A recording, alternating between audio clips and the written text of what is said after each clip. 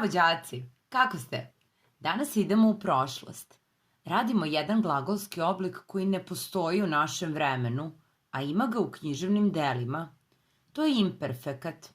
Imate 3 grupe nastavaka, koje niste nikad čuli, a neki od njih će vam zvučati totalno čudno. Prva grupa su nastavci ah, aše, aše, asmo, aste, ahu. Evo kako izgleda glagol recimo pevati. Druga grupa nastavaka su nastavci jah, jaše, jaše, jasmo, jaste, jahu.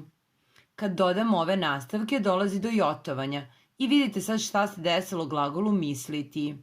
Mišljah, mišljaše, mišljaše, mišljasmo, mišljaste, mišljahu.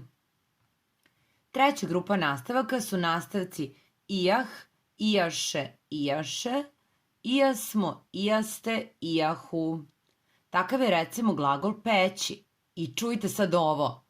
Ja pecijah, ti pecijaše, on pecijaše. Mi pecijasmo, vi pecijaste, oni pecijahu. Ovo niste nikad čuli. Ovo je glagolski oblik koji je dugo vremena trajao u prošlosti, nije se završio. Zato kažemo da je imperfekat prošlo ili pređašnje, nesvršeno vreme. Ovo je prost glagolski oblik. Nema pomoćnih glagola. To znači da, deco, imate samo jedan glagol, taj koji menjate. Imperfekat pomoćnog glagola biti, ja bih vam savjetovala da njega naučite. Glasi ja bejah, ti bejaše, on, ona, ono bejaše. Mi bejasmo, vi bejaste, oni, one, ona bejahu.